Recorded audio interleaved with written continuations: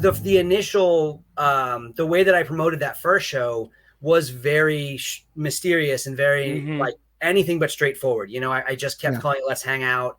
And the first like wrestler that I announced was Ultramantis. Nice. But Ultramantis is also a band. So is it, you know, it gave it sort of like a mystique to it, I think, that came and they left wrestling fans, I think, in far more than didn't come back, you know? Which was very cool. And I think also gave us a different audience. And I think that has, even though we're definitely getting more wrestling fans, or we've converted these just like weirdo curiosities to wrestling fans now.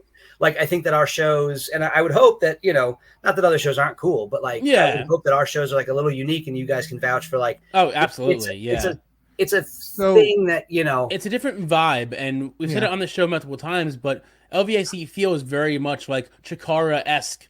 And it's like, it feels very much like family fun. Like, you're here as much as we're here. You feel like a part of something. Yeah, going like to you're an LVAC part of the show. action. Yeah.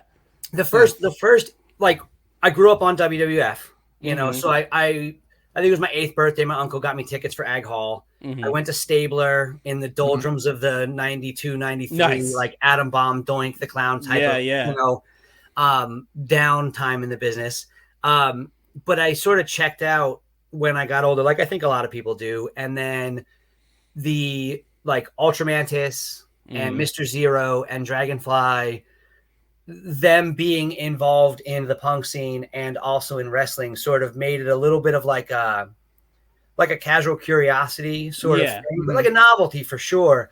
But the first time I went to an independent, more traditional independent wrestling show was Chikara. It was at the Hellertown American Legion. Yeah. Oh, what a great place. For sure. And I think that like Chikara deserves a lot of credit for not being the only company that did this, but really at a time, I think that they were a driving force behind a time where independent wrestling brought people in on the gag a little bit more, where it's like, you know, the 80s and the 90s and the more carny mentality of like the rubes in the audience. Yeah. Where, you know, the joke's on them. And I think that seeing Chikara made me realize like we can all be in on this. Like we know that this is a show. And I think that for sure, like both our mutual connections, Ultramantis and myself.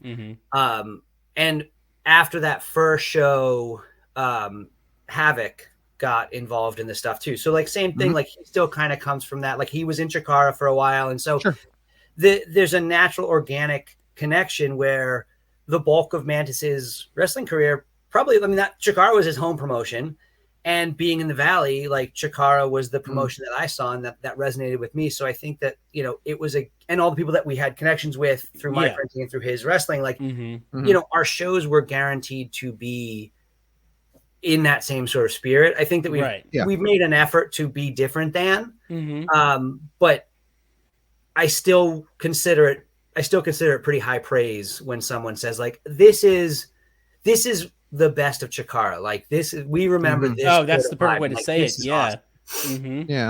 Yeah. There's a coolness factor to what you do. Yeah, and definitely. You know, whether it's intentional or not, but it's interesting because, you know, going around to different indies, you know, you recognize people that go to LVAC shows. Like I go to other shows all the time and I see people that I know that I've, you know, seen at LVAC shows. And also I think the way, and again, I don't know if this is intentional or not, but in who you book. Because when I look at like the people that run, that work LVAC. So when I see them on other independent shows, they're always like the coolest people in the room, whether it's unintentional or not. Absolutely. So like it's almost like, you know, you're running with the coolest people, but you're also running with good people. You're running with people that appreciate the industry, appreciate the independent scene, appreciate how that's different. And again, this is something that Chikara did that, you know, ingratiated them with the fans that I think you're doing as well, that, you know, they understand that it's all one big family. They understand that, you know, it's all one big thing together. And that's a lot different than a lot of other indie companies out there right now. They don't make that connection. And I think that's where LVAC is different. Well, I mean, for real. I think modern indie wrestling is a little bit better, but I think that's a lot of that is that self-awareness where it's just like, hey, we're all winking, we're all in on this. You know what I mean? Right. I think indie wrestling definitely broadly has that more than it used to, but I think some companies lean into it more. Yeah. And that's not the complete suspension of disbelief has a lot of value. I think that companies that can really like sell it that way are awesome. This is Ultimo Ann here. You're listening to Opinion City Podcast. Thanks for tuning in. Happy trails to you till we meet again.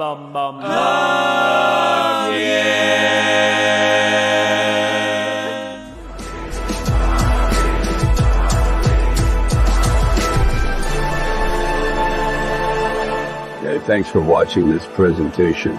Like, share, and subscribe for more.